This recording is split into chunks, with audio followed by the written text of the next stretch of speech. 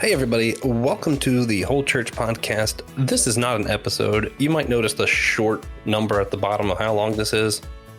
It's because this is not an episode, but we do want to tell you about some stuff coming up. But before we do, we wanted to shout out our patrons: Austin, Russell, Sandra, Lily, Jeannie, Aaron, Justin, Freda, Taryn, and Dawn. Yeah, so this week we're not going to have an episode. Next week we're not going to have an episode. I had some family stuff come up, and also we're preparing a really long series. Well, I say long, it's like 8-part series for you guys. It's 11 different interviews kind of intermingled for all of this, and it's just going to take a little bit of time putting it together. So we hope you guys can hang in there with us. So don't expect anything this week other than this, and don't expect anything at all next week. Right, so we've got our church offices series coming up, which if you stick around for the end of our episodes, you've heard of before, at least if you've listened the past few weeks. But basically, we will be talking to a bunch of pastors, or we are in process of right now, talking to a bunch of church leaders about the different church offices and seeing where, several different denominations stand on the issue. And each episode is going to cover one office from everyone's perspective. Yeah. We're going to be going, we'll have one about women's ordination to kind of kick it off. And then we'll talk about deacons, pastors, bishops, evangelists, elders, apostles, and lay people. I feel like I missed one, but I'm not certain. But if you keep listening, you'll know. Yeah. But the goal of the series isn't just to be educational. We like to do that, but it's also to see how we can use the church offices to build up the church together. The one verse we're going to be quoting throughout the series is in Ephesians, and Paul talks about how the church offices work to build to attain unity for the church. So we're going to be asking the question of how do these offices help us attain unity?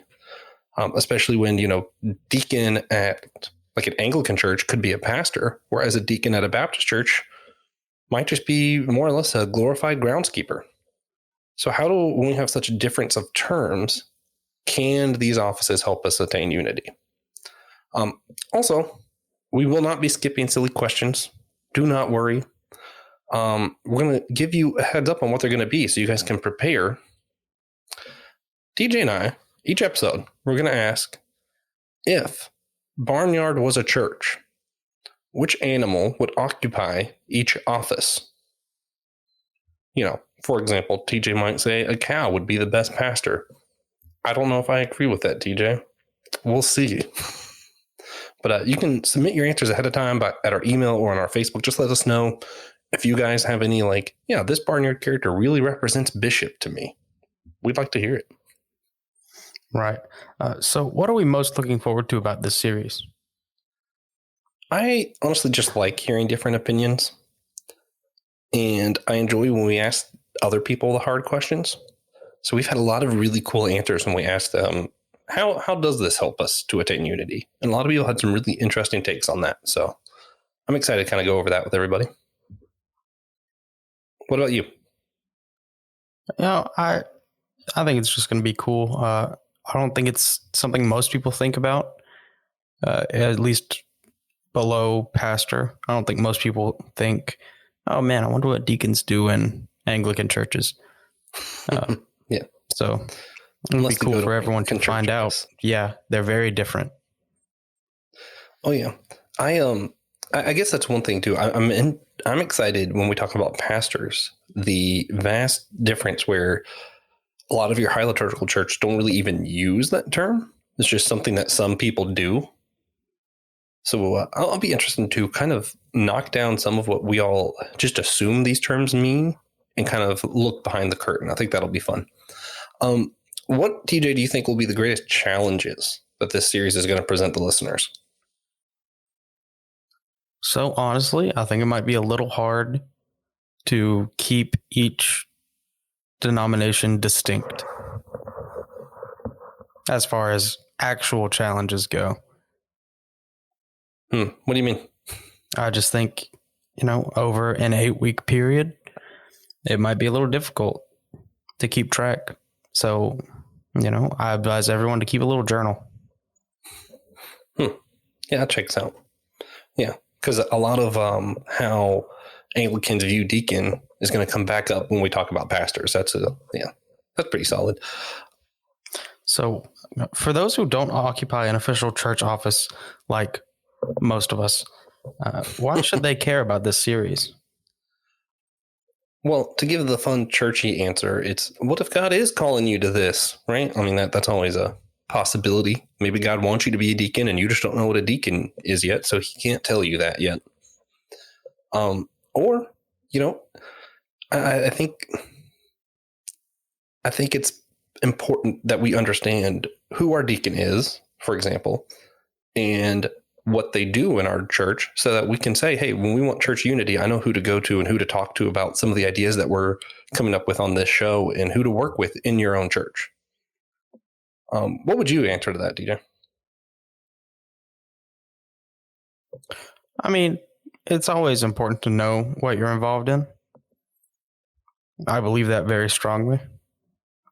Yeah, a lot of people don't seem to know what a president is, and they live in America. It's pretty weird. Yeah.